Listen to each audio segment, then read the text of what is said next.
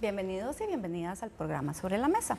Como hace algunos meses les hemos venido contando, efectivamente el Centro de Investigación en Estudios Políticos está haciendo con mayor frecuencia los estudios de opinión sociopolítica para llevarle el pulso no solo a lo que está pasando ahora en campaña, sino también lo que sigue pensando la gente, cuál es la percepción que tiene la gente con respecto a este gobierno y la situación del país. Por los resultados que ya se han adelantado en otros medios, pues le pusimos al programa de hoy indecisos a la cabeza, que son el grupo más grande en este momento. Pero bueno, para empezar, vamos a iniciar el análisis de hoy con la presencia de Felipe Alpizar, que es el director del Centro de Investigación y Estudios Políticos acá de la UCR, y que ha estado acá en Sobre la Mesa en otros momentos. Buenas noches, gracias Marcela. También contamos con la presencia de Rosa Vega, es asistente de la Unidad de Opinión Pública del Centro de Investigación y Estudios Políticos. Buenas noches, Marcela, muchas gracias. Y con Sharon Camacho, asistente también de la Unidad de Opinión Pública del CIEP. Buenas noches. Tal vez podríamos empezar, Felipe, con por qué la importancia de estos estudios de opinión y el hecho de que ya el CIEP tiene pues una serie grande para poder analizar, digamos, periodos de tiempo. Sí, efectivamente, Marcela. Bueno, primero, obviamente muy contentos de estar aquí esta noche. Es cierto que las encuestas y los estudios de opinión últimamente han tenido una cierta crítica, no lo digo solo en Costa Rica, sino en otros países. Entonces creo que es importante explicarle a las personas que nos ven por qué hacemos estos estudios y por qué creemos que es importante. Todas las investigaciones de opinión pública que hace el CIEP tienen una función académica de tratar de explicar la realidad sociopolítica, diferentes hipótesis que se tratan de probar. Pero por supuesto que para la ciudadanía eso tal vez no es tan relevante en el efecto inmediato, pero nosotros también creemos que hay una función que también es académica, pero que tiene que ver con la coyuntura político-electoral, que es llevarle el pulso al momento político, ver cómo los diferentes hechos que van ocurriendo a lo largo del tiempo van impactando las percepciones de la ciudadanía, en el entendido de que la ciudadanía con mayor información puede tomar mejores decisiones y que de esa manera, aunque sea de forma indirecta, estamos haciendo una contribución a la democracia. Claro, y es algo que además hemos planteado, de que los estudios de opinión no son futurología, ¿verdad? Es una muestra y es un resultado de ese momento, ¿verdad? Porque eso también es algo que se ha criticado, que la encuesta dijo algo, claro, hace un mes y ahora dicen que dice una cosa totalmente distinta. Sí, por supuesto, porque tiene que ver con los momentos en los que se hace la encuesta y tal vez también la metodología. En ese sentido, Sharon nos podría explicar cuándo fue que se realizó el trabajo de campo y qué metodología se utilizó para esta encuesta en específico. Tal vez podríamos poner el gráfico de metodología para que ella tenga una ayuda visual. Sí, bueno, nosotros las encuestas las empezamos el 3 de octubre, fueron del 3 al 12 de octubre. Tuvimos que realizar un corte del 4 y el 5 por la tormenta Ney, que la universidad tuvo que cerrarse. Claro. Nosotros realizamos encuestas a personas costarricenses mayores de 18 años a teléfono celular. Debemos de tener en cuenta, muy importante, que la población con celular es el 97.5% de la población. Entonces, todos los datos que nosotros generalicemos en esta encuesta debe ser tomado en cuenta que es del 97.5% de la población en comparación con la población total. Bueno, los horarios que tenemos serían, trabajamos de 1 a 4 de la tarde, que sería el primer turno, y de 4 a 8:30, 9 de la noche. Y lo realizamos las encuestas en los laboratorios del CIEP, en la Facultad de Ciencias Sociales, en primero y cuarto piso. ¿Quiénes son las personas que hacen esas encuestas? ¿Cómo se logra convocar a las personas para que colaboren con el CIEP en las encuestas? Bueno, se hace a partir del Facebook del CIEP, se abre una convocatoria de inscripción, se puede inscribir cualquier estudiante. Eso sí es requisito, que sea estudiante de la Universidad de Costa Rica, y a partir de eso entonces empezamos a seleccionar a las personas que tengan mayor disponibilidad y que nos puedan colaborar. Claro, eso es, digamos, también importante. Y lo otro que, bueno, cuando se habla de estudios de opinión también se debe mencionar es cómo se genera la muestra, ¿verdad? Porque además en este caso, bueno, en la pasada y en esta, como ya se cambió a teléfonos celulares, antes que eran fijos, la muestra es distinta. Tal vez también podríamos poner el gráfico con respecto a la muestra para que también Sharon nos lo pueda explicar. Ok, sí, nosotros generamos la muestra a partir del el Plan Nacional de Numeración de la SUTEL, que es una base que está al público, digamos que cualquier persona puede acceder a ella, y a partir de un método cómputo, digamos, generamos de ahí números aleatorios. Entonces lo que se generan, por ejemplo, es a partir de lo que es Colby, Claro y Movistar. Entonces agarramos, digamos, del 800.000 al 809, ¿verdad?, etcétera, y de ahí generamos entonces todos los números que entonces nos van a dar, digamos, una muestra aleatoria que podemos llamar a cualquier persona. Y Rosa, esa muestra se supondría que tiene que tener relación con la población que representa. O sea, efectivamente, si es aleatoria, sí se logra que sea bastante representativa. ¿Cómo lograron obtener esto? Es correcto. No sé si, bueno, podrían poner el gráfico de características demográficas de la muestra, de la población. Que en este gráfico se ve que en realidad la muestra fue bastante realidad es el equilibrada. mismo gráfico anterior, tal vez lo podemos volver a poner, ¿verdad? Que es el de características de la muestra, para que, exactamente, ahora sí. Es correcto. Ahí se pueden ver en colores distintos las características de la muestra y las características de la población en general. Como podemos ver, en el caso del sexo, las diferencias son mínimas, de menos de un punto porcentual. En el caso de los grupos de edad también. Por ejemplo, de 18 a 34 la encuesta tiene un 38% y la población en general un 36.5%, que es una diferencia muy poca. Y en el nivel educativo también. Esto quiere decir que al ser los números aleatorios y una muestra lo suficientemente grande, se logra una representación casi tal cual de la población nacional. Claro. Felipe, ¿este cambio de metodología ha funcionado? Digamos, ¿les ha generado resultados con un nivel de confianza mayor? ¿O cómo se podría, digamos, ver este cambio? Tal vez la principal diferencia es que cuando usábamos teléfonos fijos, los resultados de las encuestas solo se podían utilizar para la población, extrapolar para la población que tenía telefonía fija, que andaba más o menos por la mitad de la población nacional. Efectivamente recibíamos críticas de que eso no era representativo de toda la población, y yo creo que efectivamente pues había algo de razón. Sin embargo, durante todo este tiempo nunca tuvimos acceso a estos bloques de números celulares que nos comentaba Sharon que ahora sí tenemos. Entonces la principal diferencia es que ahora la penetración de la telefonía celular de esas tres operadores alcanza el 97.5% de la población. Entonces pues prácticamente toda la población tiene teléfono celular, y por eso podemos hablar de que tenemos más seguridad en los datos. Pero sí quisiera hacer un señalamiento, y es que el comportamiento político de las personas a las que entrevistamos por telefonía fija y las que entrevistamos por telefonía celular no es distinto.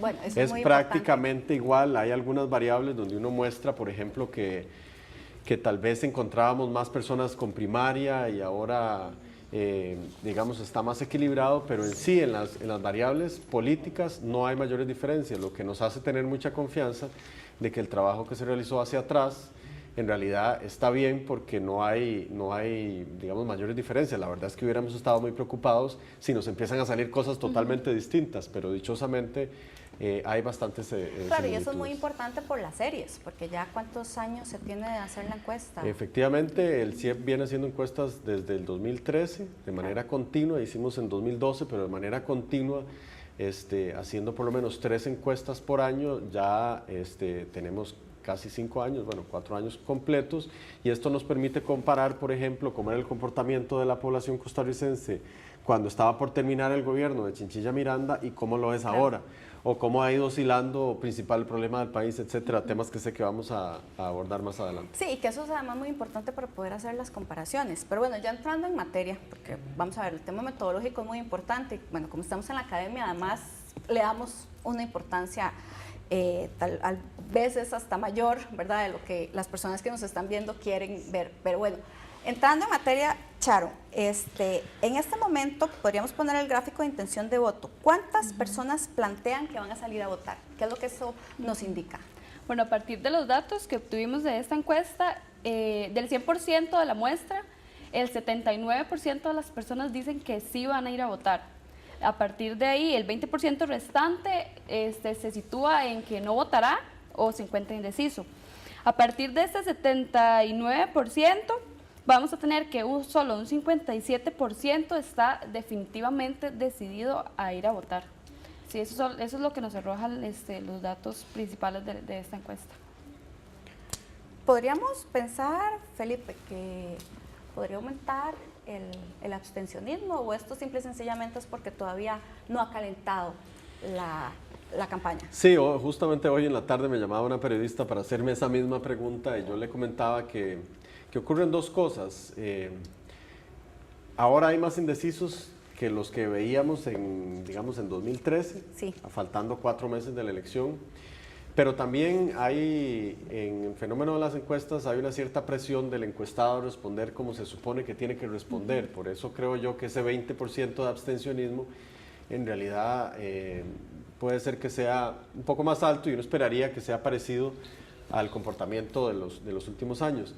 Es importante agregar a lo que señalaba Sharon, que dentro de las personas que dicen que sí van a ir a votar, que conforman más o menos ese 60%, 58% para ser exactos, hay un porcentaje muy grande que son los indecisos y que es lo que nos hizo titular el programa de hoy, entiendo, como los indecisos del principal grupo o la portada del semanario Universidad, que es nuestro aliado en este esfuerzo, como en nadie, porque en realidad todavía no hay un candidato por el cual las personas estén mayoritariamente decididas. El principal grupo de electores es el que está indeciso y luego le siguen los candidatos que sí tienen preferencia. Claro, tal vez eso es muy importante acotar en el sentido de que está el gran grupo que dice que va a ir a votar, pero de ese gran grupo hay ¿verdad? El porcentaje mayor es el que no sabe todavía por quién. O sea, está decidida, ¿verdad? La persona que va a ir a votar en las próximas elecciones, pero todavía está decidiendo por quién, ¿verdad? Entonces eso es como tal vez muy importante, porque entre las personas que van a ir a votar, los indecisos son los que van a la cabeza,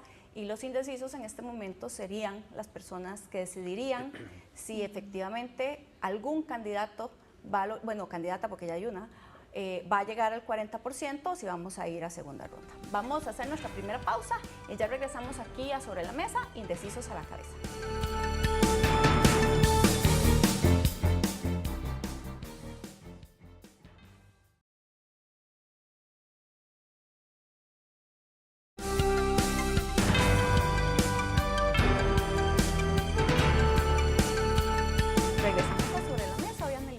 La encuesta de opinión sociopolítica del CIEP.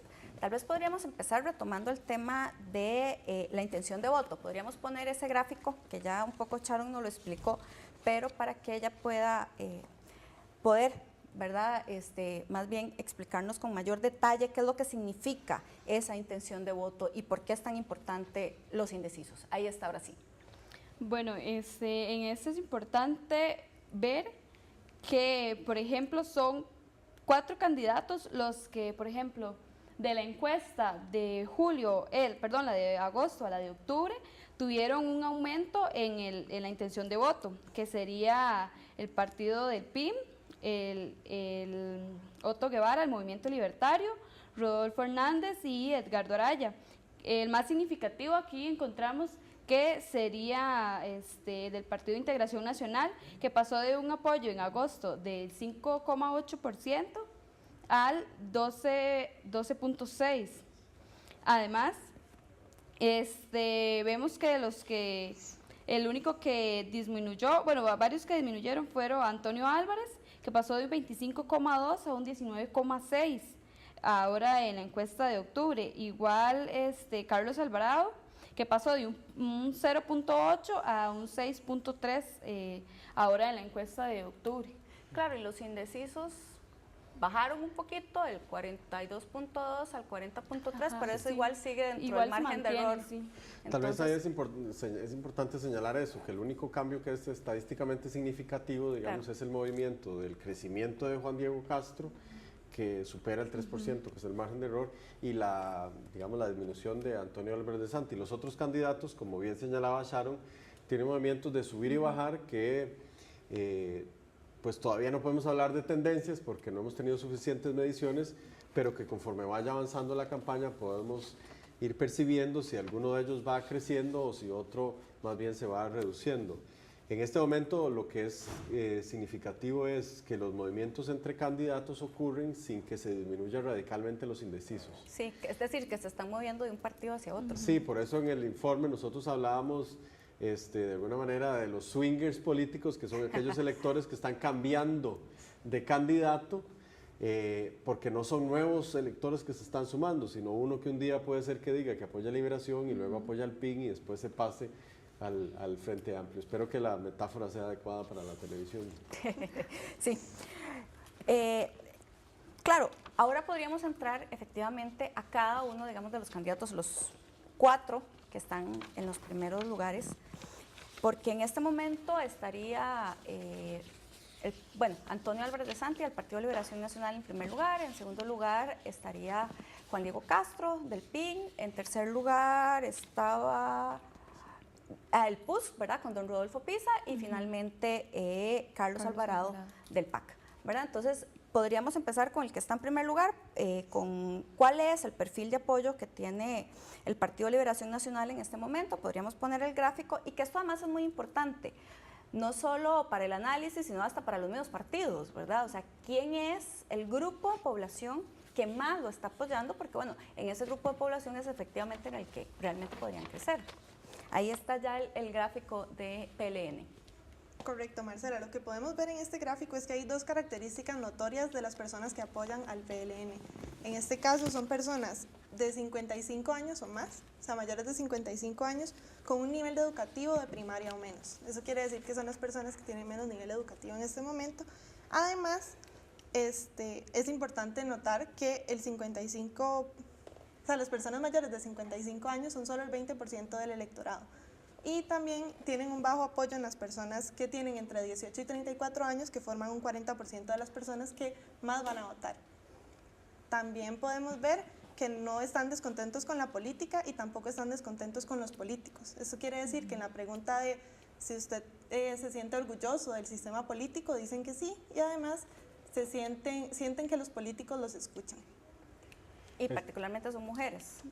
Sí, este análisis es muy importante porque aunque las encuestas no se tratan de los pronósticos, digamos, sí es cierto que con estos perfiles, los mismos partidos y la ciudadanía también podría suponer que el Partido de Liberación Nacional requiere, digamos, atraer a otros grupos poblacionales. Es muy importante lo que señalaba Rosa, porque no puede ganar solo con los mayores de 55, por ejemplo, porque es un grupo poblacional muy importante, pero que no es la mayoría en el electorado. Entonces, que necesita apelar a grupos poblacionales más jóvenes. Y Felipe, ¿cuál es el perfil de el grupo de indecisos que está decidido a votar? Más o menos, ¿cómo se está moviendo? Bueno, precisamente es que es un poco la otra cara de la moneda, porque hay sobre todo mujeres, personas más jóvenes, menores de 34 años, con nivel educativo sobre todo de secundaria y que están, digamos, distribuidas sobre todo en el Valle Central.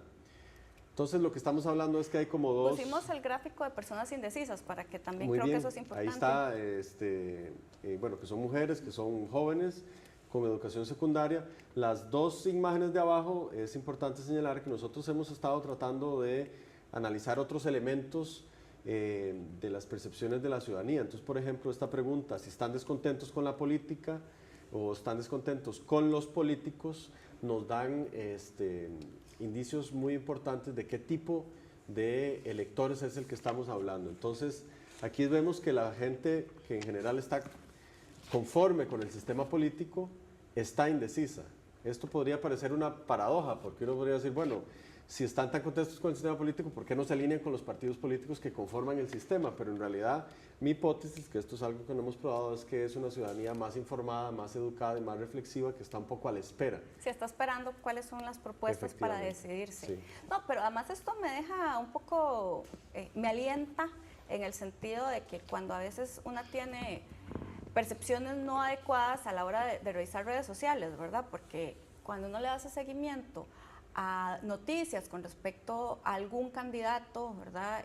Y uno ve hacia abajo los comentarios, yo hay algunos momentos en que siento que, ¿verdad? O sea, hay un descontento absoluto con la política, ¿verdad? Pero ya viéndolo con un instrumento, digamos, científico, nos damos cuenta que la gente que está decidida a votar, aunque no está decidida por quién, sí hay gente que cree en el sistema, y creo que eso es muy importante desde la lógica, digamos, de lo que hacemos en el CIEP, de fortalecer, digamos, el sistema democrático.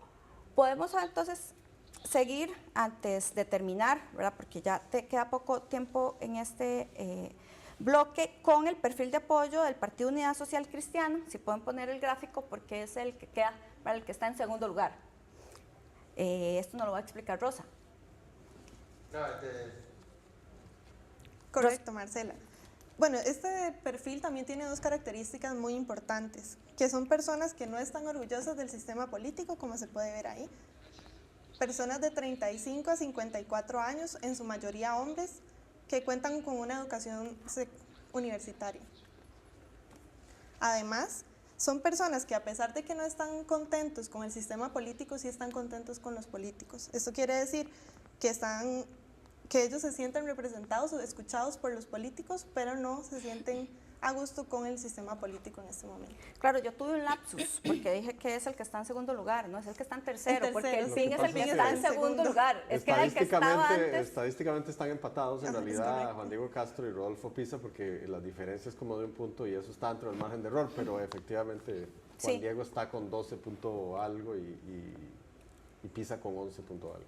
Claro, pero aquí es interesante porque en la anterior, precisamente, el que efectivamente estaba en segundo lugar era el Partido Unidad, era PISA, ¿verdad? Y el crecimiento del PIN es el que realmente sorprende, ¿verdad, Felipe? Sí, ahí digamos, el apoyo a Rodolfo Pisa se mantiene constante. Lo que pasa es que crece muchísimo el candidato Castro y eso desplaza a Pisa al tercer lugar. Pero como te decía, es prácticamente un empate técnico. Ahora, hemos visto que una elección se gana por un voto, eso, Sí, claro. eso es claro, ¿verdad? La elección no hay margen de error estadístico, sino que con un voto se gana. Pero es un perfil interesante porque ahora que veamos el perfil de los votantes del PIN o de las personas que apoyan el PIN, hay características similares entre el PUSC y el PIN, de manera que uno podría pensar que se están disputando los electores entre ellos también. Sí, tal vez ponemos entonces el gráfico del perfil del votante del PIN para que Sharon no lo explique, ¿verdad? Y que un poco siga en la línea de lo que nos estaba diciendo Felipe. Ahí está, ¿quién es el perfil? Bueno, sí, efectivamente, como lo mencionaba Felipe, acá tenemos dos características que sobresalen, que es, hay dos, digamos, las dos diferencias es entre hombres y la edad. Por ejemplo, los hombres son los que más apoyan al candidato Castro, y la edad es porque las personas entre 18 y 34 años son las personas que menos apoyan a este candidato. Además de que no hay una diferencia estadísticamente significativa entre los votantes que están entre 18 y 34 y los que no respaldan al PIN. Así también es importante considerar que esas personas menores de 34 años constituyen el 38% de la población que puede votar también. Claro, Aquí, y también, Marcela, sí. si me permitís, hay un elemento que hay que rescatar porque es particular del apoyo del PIN, y es que están descontentos con la política y Eso iba a están decir. descontentos con los políticos.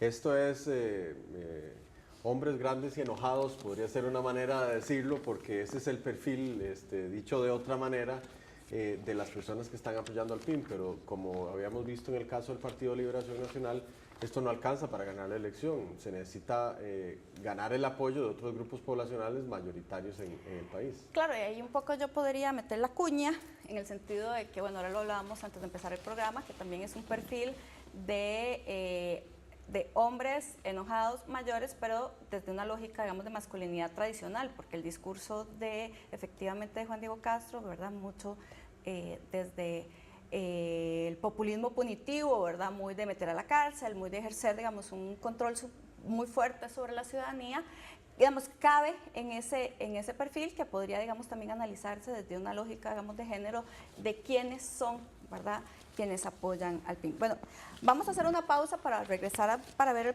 el perfil del PAC, que es el que nos falta. Estamos acá en Sobre la Mesa analizando el tema de indecisos a la cabeza. Ya regresamos.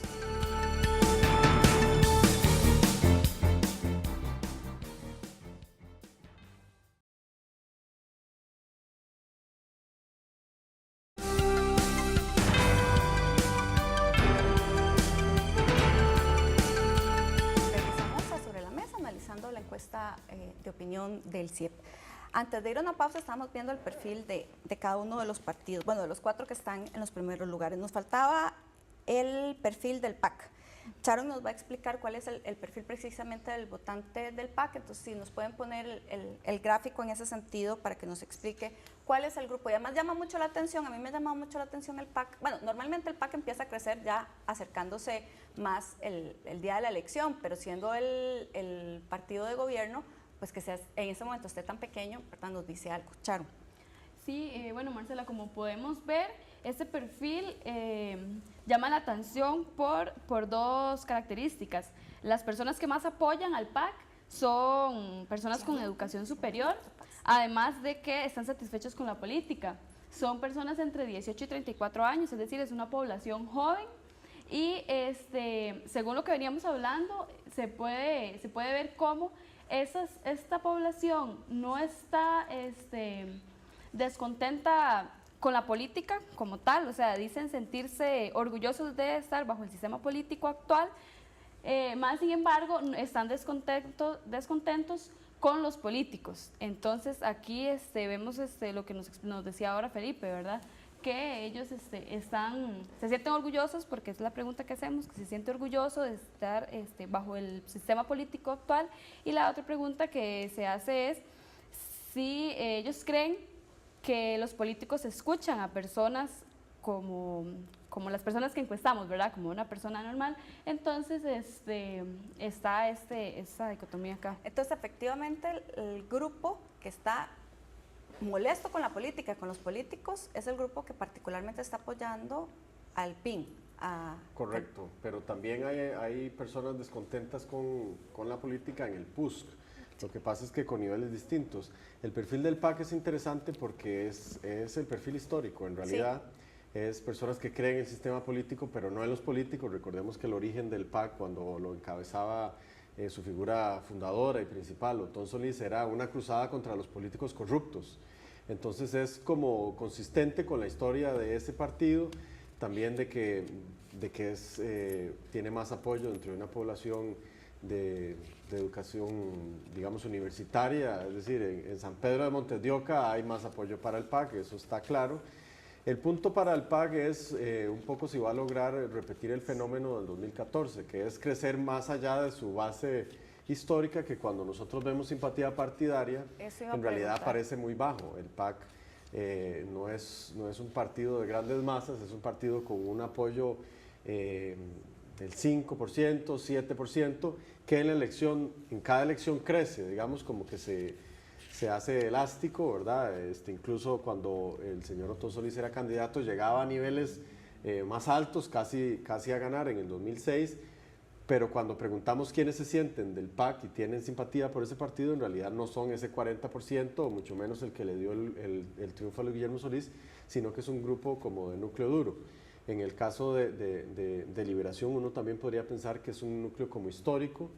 Pero que tiene más coincidencia, ¿verdad? No es exacta, pero tiene más coincidencia con el porcentaje de gente que dice que va a votar por Antonio. Sí, claramente, la base electoral del PLN es mucho más amplia, es 4 o 5 veces más grande que la de los demás partidos, pero en este momento no le alcanza a ninguno, ni con la simpatía partidaria, ni con los perfiles de la población que dicen apoyarlos ahora. Por eso decimos que necesitan pescar en ese mar de indecisos y apelar a otros grupos que en este momento no los están apoyando. ¿Y la simpatía partidaria del PUSC y del PIN? El del PIN es muy pequeño, claramente este es un fenómeno del candidato, no del partido. El del PUSC se mantiene también en niveles pequeños, aunque el PUSC se ha venido mostrando una recuperación en su simpatía partidaria, pero el fenómeno de Juan Diego Castro es Juan Diego Castro, no es el partido. Sí.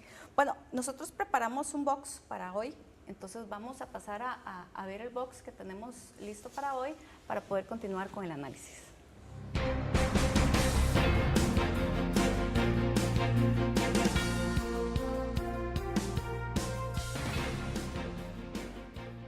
Las ideas progresistas que tenga en cuanto a derechos humanos, población marginada, digamos, como que traten de romper un poco el esquema tradicional, patriarcal que están teniendo todos los candidatos, digamos, como ciertos partidos ahorita en el país. Ok, Pienso que lo primero serían que ellos tengan buenas propuestas. Segundo, que sea una persona decidida, porque no voy a llegar y escoger una persona que simplemente venga y me diga cosas que ya yo sé. Esa persona tiene que tener una visión de lo que quiere y tiene que estar segura de lo que quiere hacer. Su historial, como si tiene historial con casos de corrupción o cosas así, como que viene con que ser medio turbias. Su posición respecto al déficit fiscal me interesa muchísimo, ver como qué medidas se está planeando para resolver ese problema. El plan que tengan en sí, bueno, las propuestas que tenga para como su plazo en el poder. Digamos que tenga como un enfoque muy en lo ambiental, en la red vial, también en lo de la biodiversidad, la inclusión. Estar de acuerdo con sus políticas, en primer lugar, por supuesto, y ver cuál es su actitud en torno a ciertas causas que a mí me parecen particularmente importantes.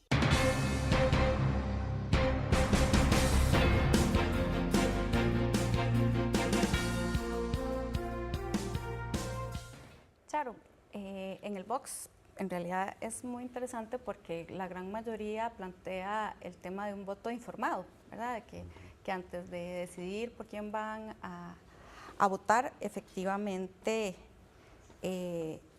bueno, Rosa más bien, ¿verdad? Es que quieren saber, ¿verdad? Elementos sobre cuáles son sus propuestas, cuáles son la opinión con respecto a lo que plantean. Ya algo hemos hablado con respecto al perfil de los indecisos, pero estas respuestas del Vox, ¿verdad? ¿Algo calan, digamos, tienen algo que ver con ese perfil de indecisos? ¿Coinciden en algo?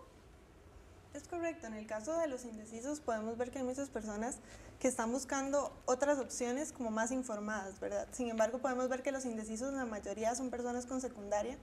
Sin embargo, el rango de edad sí coincide, son entre 18 y 34 años. En el caso del Vox veíamos que es gente universitaria, claro, joven, que generalmente busca un voto informado, conocer las propuestas de un candidato, por ejemplo. Entonces sí me parece que tiene mucho que ver con eso que veíamos en el Vox, ¿verdad? Claro.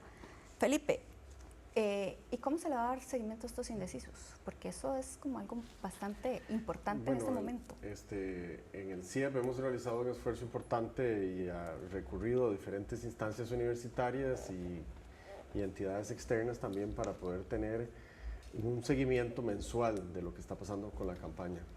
Entonces vamos a realizar una encuesta en noviembre, otra encuesta en diciembre, 2 encuestas en enero y una postelectoral en febrero, que en función de si hay una segunda ronda, claro, continuaríamos en marzo y en abril. Yo quisiera agregar y aprovechar, digamos, también para una especie de comercial, y es que en esa lógica, intuyendo de que los indecisos iban a ser un porcentaje amplio y que la ciudadanía siempre está demandando información para tomar la decisión, desde el CIEP, además de realizar las encuestas, hemos tratado de organizar foros y debates para darle a la ciudadanía la mayor cantidad de información. Entonces, estamos yendo a todas las provincias a organizar debates con los candidatos a las diputaciones. Tenemos un debate presidencial el 2 de noviembre y uno con mujeres vicepresidentas en enero. Y también, digamos, preparando materiales en redes sociales en la lógica de que la ciudadanía está buscando información. Si usted observa el Vox Populi, todas las personas le están diciendo, bueno, yo estoy esperando a ver qué es lo que me van a decir.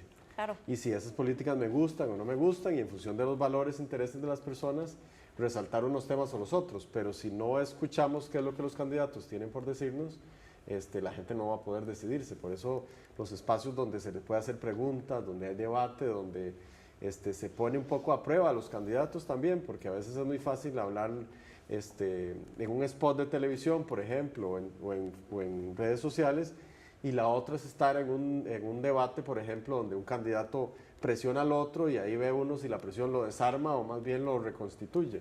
Esas cosas, digamos, sabiendo que el presidente va a tener una enorme presión, uno no puede confiar en un candidato que en una mínima presión en un debate ya se desmorona, ¿verdad? Es como una medida de por dónde van esas personalidades. Y Sharon, cuando yo estaba en la universidad hace algún tiempito, precisamente varios profesores planteaban que el voto era 90% emocional y 10% racional, ¿verdad? En este momento vemos, por lo menos en el Vox Populi, que la gente plantea un voto digamos, más razonado, más pensado. ¿Será que eso ha cambiado? ¿Algo nos dice la encuesta en ese sentido o en realidad no logramos medir algo así? Bueno, digamos, si se logra ver como los perfiles, hay un 79% de esas personas que dicen sí estar, o sea, que sí iban a estar decididas, que sí van a votar, pero de ahí tenemos otro porcentaje que dice sí estar decidida, pero yo pienso que sin embargo ese voto racional está, como lo hemos mencionado también, en esas personas que estaban esperando, pues como informarse un poco más. Entonces hasta cierto punto yo podría decir que por lo menos las personas jóvenes, que de los perfiles que hemos estado analizando, pues podría decirse que sí están dando un voto racional, ¿verdad? Sí. Rosa, ¿coincide usted en ese sentido? ¿Hay algún otro elemento, digamos, agregar para poder decir que sí estamos cambiando un poco el tema de la cultura política hacia una población que busca más información a la hora de decidirse? Bueno, en el caso de la encuesta anterior, veíamos que el perfil de los indecisos eran básicamente personas universitarias. Esas personas ya bajaron y subieron las personas con educación secundaria. Esto quiere decir que puede ser que en este momento esas personas buscaron más información o no buscaron información y se decidieron por otro candidato en este momento específico que se realizó la encuesta. Entonces yo podría decir que esa puede ser la tendencia, sin embargo, no es algo que puede ser seguro. Claro, porque todavía falta bastante. Bueno, estamos acá en Sobre la Mesa analizando el tema de indecisos a la cabeza, la encuesta del CIEP. Y bueno, ahora vamos a empezar en el siguiente bloque un poco más al tema de coyuntura, ¿verdad? Porque hoy iniciamos el programa con los datos electorales, que son los que en realidad la gente está pidiendo más, pero bueno, también el tema de la coyuntura del país y cuál es la percepción que tienen en este momento los y las costarricenses sobre la situación y los principales problemas del país son importantes también para decidirse sobre un voto. Así que vamos a hacer una pausa y ya regresamos acá en Sobre la Mesa.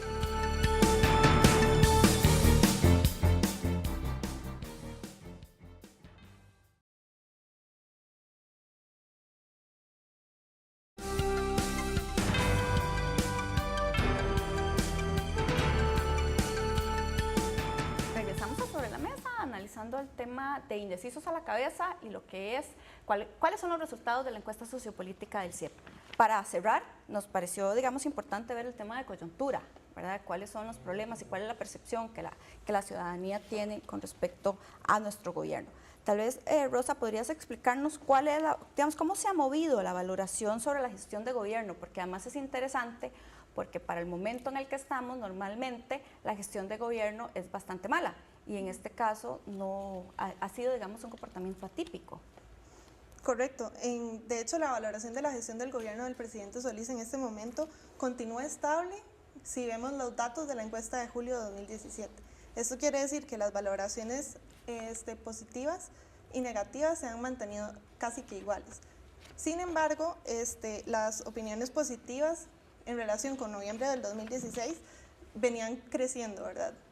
En cambio, en esta encuesta de julio se mantienen y las valoraciones negativas dejaron de subir. Pero eso me llama la atención, tal vez, Felipe, porque ahora en el corte lo planteamos. Yo hubiera esperado que todo lo que ha sido este escándalo de lo del cementazo hubiera impactado en la percepción, digamos, de la gestión de gobierno, y pareciera que no lo está impactando, ¿verdad? Además, eso me llama la atención porque particularmente en el gobierno de Luis Guillermo Solís han habido como algunos escándalos, pero no tiene un impacto en lo que la gente piensa del gobierno. Sí, efectivamente, tal vez lo único que uno podría decir que cambió en relación con este caso de corrupción es que la corrupción pasa como segundo problema del país. Sé que vamos a hablar de eso más adelante, pero si uno piensa qué ha ocurrido de julio a hoy, efectivamente como que lo del cementazo es el hecho más preponderante. Lo que pasa es que la percepción de la gente puede estar mediada por muchas cosas y no es necesario, digamos, la gente tal vez no hace el vínculo entre el caso del cemento y la gestión del gobierno, o tal vez la hace y eso provocó que la subida que traía la calificación del gobierno se detuvo y tal vez no ha pasado suficiente tiempo para ver que está cayendo. Sí. Entonces, por eso es importante ver cómo sale esta medición en noviembre y cómo sale en diciembre. El otro elemento que ha cambiado de julio a hoy es que ya empezó la campaña política, y eso, aunque suene evidente decirlo, quiere decir que todos los cañones de guerra están listos para disparar. Y eso, lógicamente, va a afectar también al gobierno de Solís Rivera porque van a atacarlo ya no desde la oposición, sino desde las campañas políticas de los diferentes partidos que quieren golpear al PAC directamente. Tal vez como el PAC en este momento está en cuarto lugar, estemos preocupados por atacarse entre los primeros tres.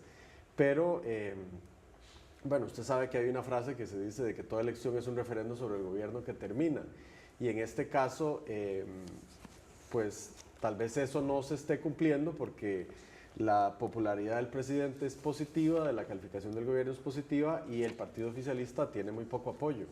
Entonces, digamos, en la hipótesis histórica uno diría, bueno, si un partido lo está haciendo bien en el gobierno va a tener apoyo en la elección, y eso no está ocurriendo en este caso. La otra premisa que tampoco se está cumpliendo en este caso es la de que la famosa frase de Estados Unidos de los 80 de que se trata de la economía.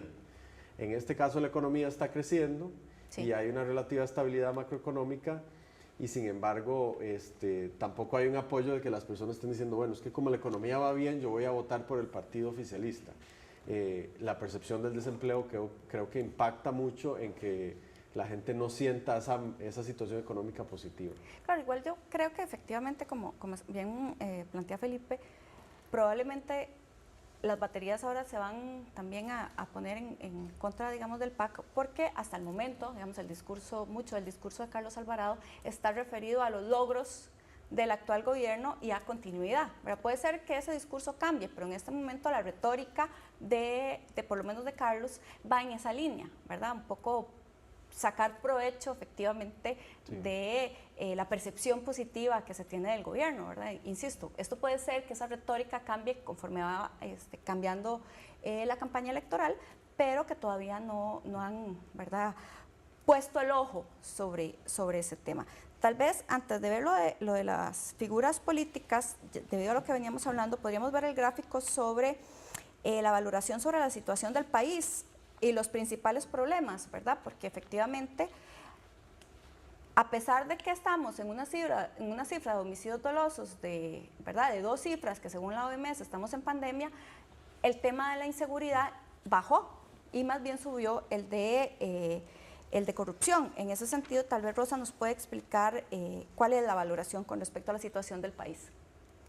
Correcto. Como decía Felipe, en este momento, bueno, el desempleo se mantiene como el principal problema percibido por las personas, el principal problema del país. Sin embargo, la corrupción subió al segundo lugar, con un 15,36%, y bajó la percepción de pobreza y desigualdad, bajó al quinto lugar. Esto quiere decir que en este momento lo principal que piensan los costarricenses que es el problema es la cuestión del desempleo y la corrupción. Claro, la corrupción no estaba, bueno, la pasada sí estaba en tercer lugar, pero en las anteriores no había estado en los primeros lugares, ¿verdad? Aquí se nota un cambio porque la corrupción fue el principal problema del país en enero del 2014, justo antes de la elección de febrero del 2014, pero con el inicio del gobierno de Solís Rivera, como que el tema bajó de intensidad, pero digamos, de los últimos, de este año, en realidad, de la medición de marzo, la de agosto y la de ahora, como que iba creciendo el problema de corrupción, iba creciendo y otra vez está en segundo lugar y otra vez es prácticamente la diferencia entre desempleo y corrupción es muy pequeña, casi que hay un empate entre los dos como problemas del país. Hay otro tema que no sale como principal problema del país a pesar de que uno lo escucha muchísimo y es el de las presas. Sí, el tema Eso siempre nos ha llamado la atención porque uno, cada vez que alguien llega tarde a una reunión dice que es que había muchas presas, entonces, y hay quejas de presas y uno oye en la radio que las presas y uno no sale si no es con Waze, pero efectivamente para la mayor parte de la población no es eso lo que preocupa, sino desempleo, corrupción e inseguridad. Esta es una pregunta abierta. Esta es una pregunta donde las personas dicen cuál es el principal problema. Claro, eso digamos es muy importante porque no es que hay una batería de opciones, sino que es lo que yo pienso, ¿verdad? Y efectivamente cuando una está conversando con quien sea, el tema de las presas, el tema de infraestructura vial es un tema de conversación, pero la gente al final no lo ve como el principal problema, ¿verdad? Sí, efectivamente. Otro tema, digamos, que también va ligado a esto es el rumbo del país. Charo, ¿cómo se está moviendo, cómo la gente percibe el rumbo del país?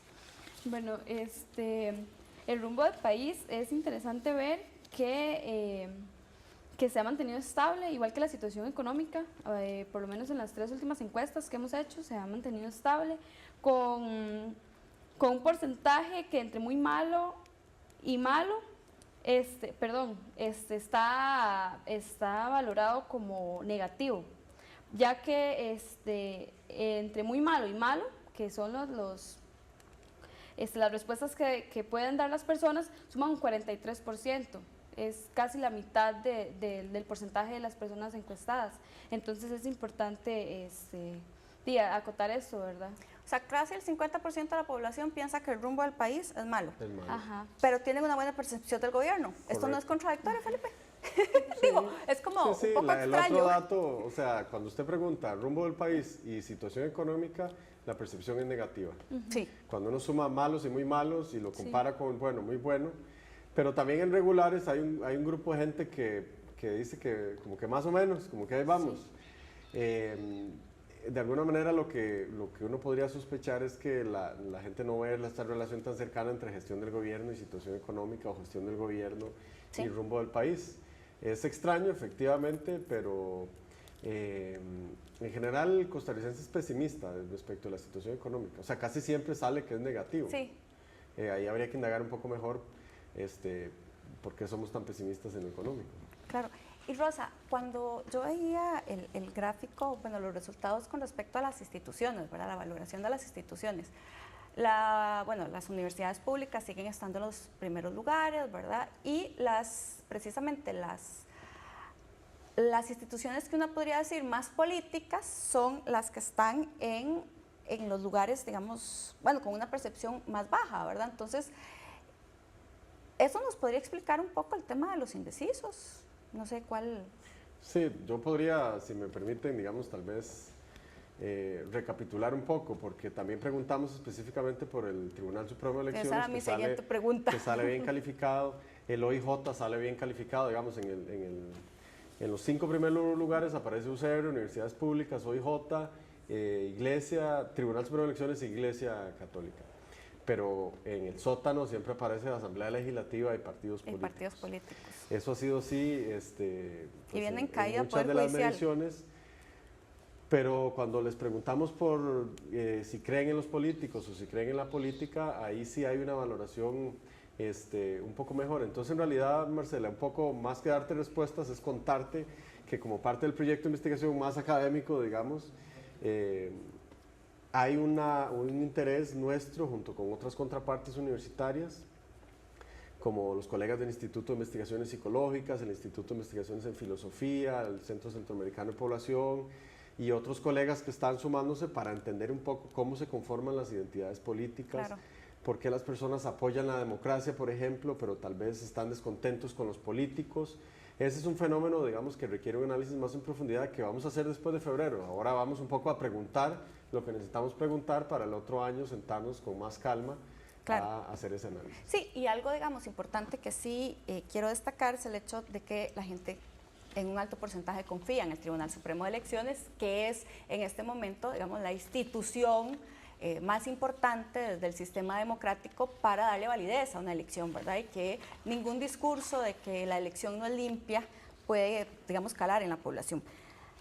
Y volviendo a la elección, la opinión sobre figuras políticas consultadas. Podríamos poner ese gráfico para que Sharon nos lo explique. ¿Cómo se está moviendo el tema de las figuras políticas que se lograron consultar? ¿Cuáles son las más conocidas? ¿Cuáles son las menos conocidas? ¿Y cuál es la valoración que tiene la población sobre ellas? Bueno, destacan entre los más conocidos Otto Guevara, Antonio Álvarez, Rodolfo Pisa y Juan Diego Castro, que ellos, más de un 70% de la población encuestada los reconocen. Destacan entre los menos reconocidos John Vega, Gerald Murray, Sergio Mena y Stephanie Campos, que son muy poco reconocidos por la población encuestada. Es importante aquí hacer la relación de que los candidatos que son menos conocidos son los que están más mal calificados. Por ejemplo, tenemos que Otto Guevara es uno de los más conocidos, pero uno de los que están más mal calificados, que junto con Edgardo Araya no llegan ni a un 5 de promedio de calificación. Después, el mejor evaluado, tenemos a Juan Diego Castro, que alcanza un 6 de promedio de calificación. Aquí sería importante hacer una aclaración, digamos, que es metodológica tal vez, y es que como no se ha cerrado formalmente la inscripción ante el Tribunal Supremo de Elecciones, nosotros preguntamos por aquellos candidatos que abiertamente habían manifestado que iban a aspirar a la presidencia de la República. Por eso, por ejemplo, aparece Gerald Murray, que entiendo que no va a inscribirse, bueno, todavía el periodo va hasta mañana. Y no aparece Oscar López, que en el momento en que hicimos el cuestionario no había manifestado su intención. Lo digo un poco para aclarar malentendidos. Este último gráfico es muy importante porque en términos electorales es más fácil pasar de ser poco conocido pero bien evaluado a ser muy conocido y mal evaluado. Claro. El peor escenario para un candidato es ser muy conocido y mal evaluado, porque entonces se tiene que cambiar la percepción de lo positivo a lo negativo. En el otro escenario es nada más darse a conocer para que el electorado sepa que es bien valorado. Sí, claro. Bueno, evidentemente todavía hay mucho por analizar, todavía no hay nada decidido, efectivamente los indecisos son los que están a la cabeza, así que vamos a seguir siguiéndole la pista por medio de estas encuestas a lo que va a pasar en las elecciones de febrero. Estamos acá en Sobre la Mesa. Muchísimas gracias en sus casas y les esperamos la próxima semana.